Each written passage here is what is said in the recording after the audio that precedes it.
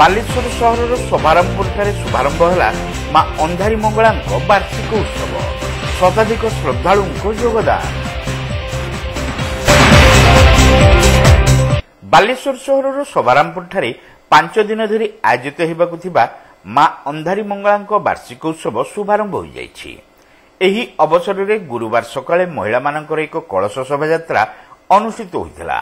शताधिक महिला स्थानीय बुढ़ाबलंग नदीर बालीघाट निकट में पहुंची सेठे पूजार्चना पर महिला कलश शोभायात्रा सहर परिक्रमा सह शोभारामपुर स्थित मां मंदिर निकट में पहुंची पर अंकुरारोपण विग्रह मानकर शस्याभिषेक और अधिवास कार्यक्रम करा। शुक्रवार यज्ञ मंडप श्री विग्रह पूजार्चना सहित यज्ञादि कर्मकांड आरंभ होता। एथिरे निर्मला बेहेरा और जलधर बेहेरा संकल्पी भावे यज्ञ मंडप उपविष्ट थिले। माँ बोली अनेक विख्यात चलती ममता स्नेह मोर ममता एतिकी संतोष बास समस्ते खुशी एभली प्रकार चली था जा कारण जी गुणगान जानी थे से कहे मोर से शोभा पाइबनी कौन मोर प्रश्न किसी ना मोर प्रश्न किसी ना सब तार लीला। पूर्णचंद्र मिश्र, उमेश चंद्र पंडा, नित्यानंद पाढ़ी, संजय दास, बिरंची नारायण मिश्र प्रमुख वेदज्ञ ब्राह्मण घृतयज्ञ सहित मां षोडशोपचार पूजानीति संपादना करुछंती। 1991 मसीहा बैशाख मास शुक्लपक्ष दशमी तिथि मां आविर्भाव होइथिले। आजकु 34 वर्ष धरी से तिथि मां वार्षिक उत्सव पालित हो आसुछि।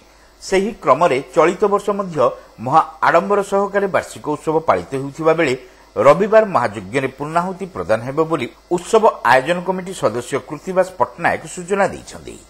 एही अवसर में भक्त मानक पई प्रसाद सेवन व्यवस्था करा जायतिबा से कहिसन्ती।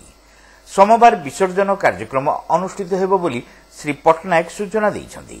1991 मसीह रामनवमी परदिन जो दशम तिथि मां आविर्भाव होता जहाँ नाम अंधारी मंगला नाम से परिचालित हेले। तो सही चाड़ घरे जो अच्छी से माँ पाखापाखि बहुत दिन पूजा पाइला परे माँ निर्देश है मंदिर हाँपाई। तापर मंदिर 2005 मसीहा 6 मसीह मंदिर रे माँ प्रतिष्ठा हेले। तापर से दिन पाखु आज की 34 वर्ष धरी माँ अंधारी मंगला वार्षिक यज्ञ तत्सहित वर्ष सारा जेते सब पूजा पार्वण हुए माँ पाखे हुए। तो माँ पूजा चलुला बेले पुणी माँ निर्देश है एठारे एक जेहेतु मंगला स्वामी हेले शिव तो शिव मंदिर गोटे प्रतिष्ठा हम से किए कर कौन कर कहारी मुंडे सब चिंता थिले भी सब माँ ताकू क्लीयर करती जे ना से चिंता कर नहीं शिव मंदिर निश्चय हम जहाँ कौ जड़े बदान्य व्यक्ति मंदिर साहाय्य करी तब शिव मंदिर है। शिव मंदिर भी सही टाइप रे पूजा ही आसु। प्रत्येक वर्ष आप जो जागर बेले बहुत धूमधाम रे जागर उत्सव पालन करा जाए। तत्सहित मंदिर रे बहुत प्रकार पूजा पाठ हुए। तो आज की 34 वर्ष धरी जो माँ मंगला ख्याति चारिआडे प्रचार होईची तो एटा समस्ते जानिचंती। तो यही जो दशमी तिथि आग दिन आमर आसे घट माँ दशमी रु पूजा आमर ये आरंभ 5 दिन पूजा आरंभ हुए। तो बर्तमान आमर आज पूजा जो आरंभ है रविवार दिन आमर पूर्णाहुति अच्छी। पूर्णाहुति दिन पाखापाखि 2500-3000 लोक प्रसाद पाती। तो कौटू माँ दयारू कौटू आसे कौन करे से सब केवल भगवान ही जानती। तेणु बर्तमान 34 वर्ष धरी माँ विराजमान है तो बहु लोक एठिके आसती।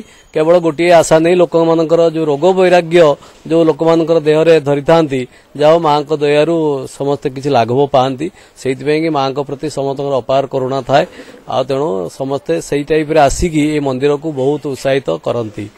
तो वर्तमान पाखापाखि मु तो बर्तमान 1998 मसीहा पाखु ये आसूची।